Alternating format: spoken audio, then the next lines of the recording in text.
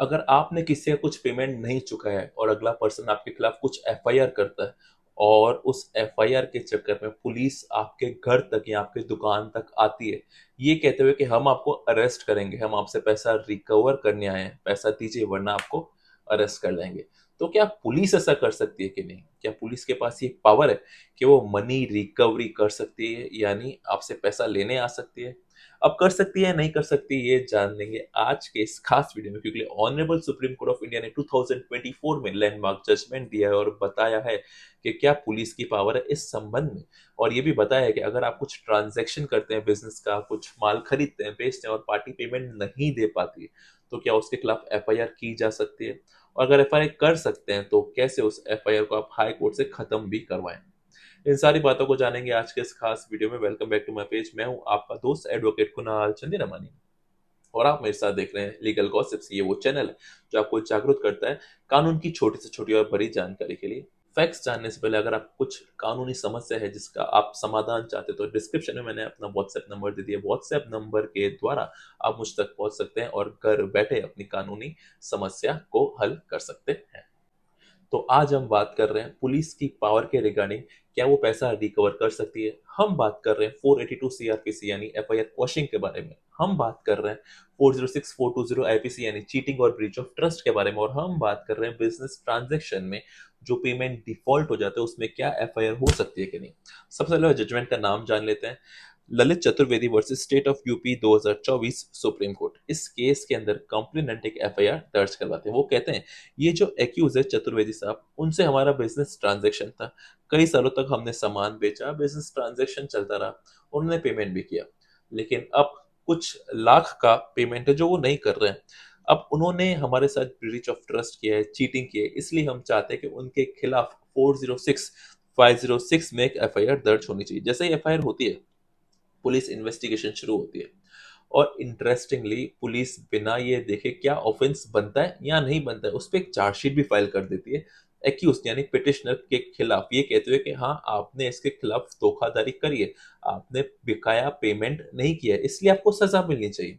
वो chargesheet competent court में file होती है। इस बात से एग्रीड होकर जो चतुर्वेदी साहब है वो पहुंचते हैं हाई कोर्ट। जब भी आपके खिलाफ कुछ एफआईआर हो आप उसको चैलेंज करने के लिए हाई कोर्ट की शरण में जा सकते हैं 482 सीआरपीसी की पावर यूज करके।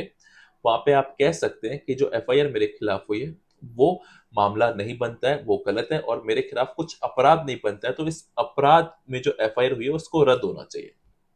इसी आशा के साथ चतुर्वेदी जी जाते हैं हाई कोर्ट में। हाई कोर्ट नकार देती है इन बात को, कहती है कि आपके किसी भी ग्राउंड में दम नहीं और हम आपके एफआईआर को क्वॉश नहीं करेंगे और मामला तो बनता है। तो इस बात से एग्रीड होकर वो पहुंचते हैं चतुर्वेदी जी सुप्रीम कोर्ट। जब वो सुप्रीम कोर्ट जाते हैं तो सुप्रीम कोर्ट के सामने दो कानून के मुद्दे आते हैं। सबसे पहला, क्या चतुर्वेदी जी ने कंप्लेनेंट के साथ किसी भी तरह की कोई चीटिंग की या नहीं की। दूसरा, क्या किसी इसी पिटिशनर चतुर्वेदी जी ने कंप्लेनेंट के साथ कुछ ब्रीच ऑफ ट्रस्ट किया। क्या ब्रीच ऑफ ट्रस्ट में बिजनेस ट्रांजैक्शन में अगर पैसा नहीं देना, क्या उसको ब्रीच ऑफ ट्रस्ट माना जाएगा? और बिजनेस ट्रांजैक्शन में जो चीज हुई, क्या उसको ये क्रिमिनल कंप्लेंट में इंक्लूड कर सकते हैं? क्या ये ऐसा मामला है जहां पुलिस रिकवरी कर सकती है? इन सारी बातों को सुप्रीम कोर्ट ने डिस्कस किया। जो सुप्रीम कोर्ट का डिस्कशन था उसको हम दो पार्ट में बांटते हैं। Firstly cheating. चीटिंग का हम जब सेक्शन की बात करते हैं तो 420 की बात करते हैं। जैसे 420 का जो पनिशमेंट दिया गया है, अगर आप डेफिनेशन देखेंगे तो 415 यानी 415 आईपीसी में दिया गया है। चीटिंग को बहुत सिंपल भाषा में अगर कानून की भाषा में बताऊं तो ये होता है कि जब आप किसी पर्सन को इंड्यूस करते हैं और इंड्यूस करके उसे प्रॉपर्टी डिलीवर करवाते हैं तो वो चीटिंग की डेफिनेशन में आता है।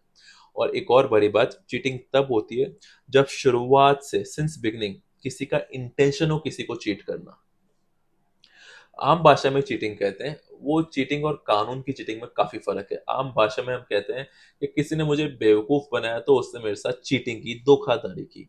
लेकिन उस आम भाषा को आप कानून की परिभाषा में नहीं ला सकते। कानून की परिभाषा में चीटिंग तब होगी जब आप बेवकूफ बना के कोई चीज डिलीवर करें, तो 420 आईपीसी बनेगा। सुप्रीम कोर्ट ने अपने दो लैंडमार्क जजमेंट का यहाँ पे डिटेल में डिस्कशन भी किया। देखिए, अगर आप वकील है तो जजमेंट जरूर नोट डाउन करिए, क्योंकि आपके साथ अगर कुछ केस हुआ होगा तो ये जजमेंट नोट डाउन करना जरूरी है। इस दो जजमेंट के बेसिस पे अपना एफआईआर क्वॉश करवा सकते हैं। पहला लैंडमार्क जजमेंट था Mohammad Ibrahim versus state of Bihar 2009 supreme court. इस केस में सुप्रीम कोर्ट ने कहा कि 420 का ऑफेंस बनाने के लिए जब आप चीटिंग दिखाते हैं तो दो बातों को दिखाना जरूरी है कि इंड्यूसमेंट हुआ वो सब ठीक है, आपके साथ फ्रॉडलेंट एक्टिविटी भी वो भी ठीक है, लेकिन उसके साथ साथ कोई प्रॉपर्टी आपसे डिलीवरी कराई हो वो बताएं, या कोई वैल्यूबल सिक्योरिटी है जो आपके पास है जिसमें कुछ ऑल्टर किया गया हो या कुछ क्रिएट की गई हो या कुछ नष्ट किया गया हो, अगर ये बातें आप प्रूव करते हैं तो 420 आईपीसी की बात बनेगी और वो एफआईआर चलने लायक होगी। अगर कोई प्रॉपर्टी डिलीवर नहीं हुई है, कोई वैल्यूबल सिक्योरिटी के साथ कुछ ऑल्टर या छेड़छाड़ नहीं हुआ है, तो 420 की एफआईआर जो धारा है वो नहीं चलनी है। मोहम्मद इब्राहिम के साथ साथ honourable supreme court of India ने अपनी लैंडमार्क जजमेंट वी वाई जोश को भी वापस डिस्कस किया। उस जजमेंट में सुप्रीम कोर्ट ने ये बात साफ की, अगर हाई कोर्ट को एफआईआर पढ़ने से लगता है चीटिंग नहीं हुई है, ब्रीच ऑफ ट्रस्ट नहीं हुआ है, वो बिजनेस ट्रांजैक्शन है, सेल ऑफ गुड्स है जहां सिर्फ माल का आदान और प्रदान है और कुछ पैसा नहीं दिया गया, तो ऐसी स्थिति में हाई कोर्ट को हेजिटेट नहीं होना चाहिए एफआईआर रद्द करने में और एफआईआर को क्वॉश किया जाना चाहिए। क्यों किसी एक्यूज को जो वास्तव में एक्यूज है ही नहीं उसको इतने सालों तक आप कोर्ट में घुमा रहे हैं, उसको ट्रायल में परेशान कर रहे हैं, क्या ये उसके साथ इनजस्टिस नहीं है? तो इन दो जजमेंट का सुप्रीम कोर्ट ने यहाँ पे डिस्कस किया और कहा कि इस केस में एडमिटेडली कंप्लेटेंट खुद कहता है कि हम कई सालों से ट्रांजैक्शन कर रहे हैं, अगला पेमेंट भी दे रहा है, लेकिन लास्ट में ये पेमेंट नहीं दिया इसलिए मैंने एफआईआर दर्ज कराई।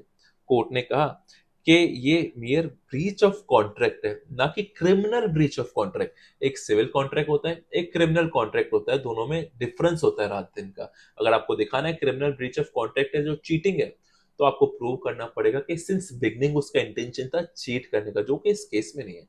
इसलिए कोर्ट ने कहा कि हमारे हिसाब से इसमें चीटिंग की परिभाषा में ये नहीं आता और 420 का ऑफेंस नहीं बनता। अब सेकेंडली बात रही criminal breach of trust, 406 IPC में उसकी सजा डिफाइन है। अगर आप ब्रीच ऑफ ट्रस्ट की बात करें तो सिंपल सा कॉन्सेप्ट उसका कानून है कि जब आप किसी को प्रॉपर्टी का इंटरेस्ट करते हैं यानी किसी को प्रॉपर्टी देते हैं तो वो उसके खिलाफ कुछ डिसअप्रोप्रिएट एक्टिविटी करता है तो आपका क्रिमिनल ब्रीच ऑफ ट्रस्ट में आता है। अब इस केस में सुप्रीम कोर्ट ने कहा कि ऐसे तो पहली बात कुछ उनका ऐसे इंटरेस्ट नहीं था, कोई आपने प्रॉपर्टी किसी को दी नहीं, merely it is a case of sale of good, जहाँ पे सामान बेचा है, पैसा आया, फिर बेचा, फिर नहीं आया, so how it is a entrustment of property, so it shall not come under 406 IPC, यानी ब्रीच ऑफ ट्रस्ट में नहीं आता। सुप्रीम कोर्ट ने कहा कि ये दोनों बातों से हम क्लियर करते हैं 406 420 का ऑफेंस नहीं बनेगा और 506 का तो एलिगेशन था ही नहीं तो वो भी हम नहीं मानेंगे। अल्टीमेटली सुप्रीम कोर्ट ने एफआईआर को रद्द कर दिया, क्वॉश कर दिया। अब जब एफआईआर क्वॉश हुई तो सबसे बड़ी बात सुप्रीम कोर्ट ने इसमें लेट डाउन करी, जो हमने इस वीडियो की शुरुआत में बोला था, क्या पुलिस के पास ये पावर है वो किसी भी एक्यूज से उसके घर जाकर दुकान जाकर पैसा रिकवर कर सकती है? सुप्रीम कोर्ट ने क्लियर शब्दों में, कड़े शब्दों में ये बात साफ की, पुलिस के पास ना कुछ ऐसी अथॉरिटी है, ना पुलिस के पास ऐसी कोई पावर है कि वो सिविल कोर्ट की तरह ऐसा कुछ रिकवरी करे। पुलिस के पास ऐसी पावर नहीं है कि वो किसी एक्यूज के घर जाके पैसा निकलवाए। अगर किसी को रिकवरी करनी है तो आप सिविल कोर्ट जाइए, वहां दावा डालिए, वहां से आप निकलवाइए। पुलिस के पास ये पावर नहीं है। पुलिस सिर्फ ये देख सकती है कि जो एफआईआर दर्ज करवाई है उससे कुछ अपराध बनता है या नहीं बनता है, क्योंकि यहाँ पर कंप्लेनेंट ने अपनी एफआईआर में लिखा था कि पुलिस को डायरेक्शन दी जाए, मेरी रिकवरी की जाए, कोर्ट ने उसको गलत माना। तो अगर आइंदा से पुलिस आपके घर आए, आपसे रिकवरी करने की बात करे तो ये जजमेंट दिखा देना और ये वीडियो उनको जरूर दिखा देना कि आप लीगल गॉसिप्स के सब्सक्राइबर। मुझे पूरी उम्मीद है आपको ये आज का वीडियो काफी पसंद आया होगा। एक और जरूरी बात, अगर आपको मेरा कंटेंट पसंद आ रहा है, सब्सक्राइब करिए, शेयर करिए, ताकि आपको घर बैठे ऐसे अपडेट्स बनती रहे, आपको घर बैठे ऐसे अपडेट्स मिलती रहे। मिलेंगे अगली बार इसी तरह वीडियो के साथ, तब तक के लिए जय हिंद, जय भारत, जय श्री राम, साइनिंग ऑफ। बने रहिए मेरे पेज पे, know your rights, if you with me you will learn it better.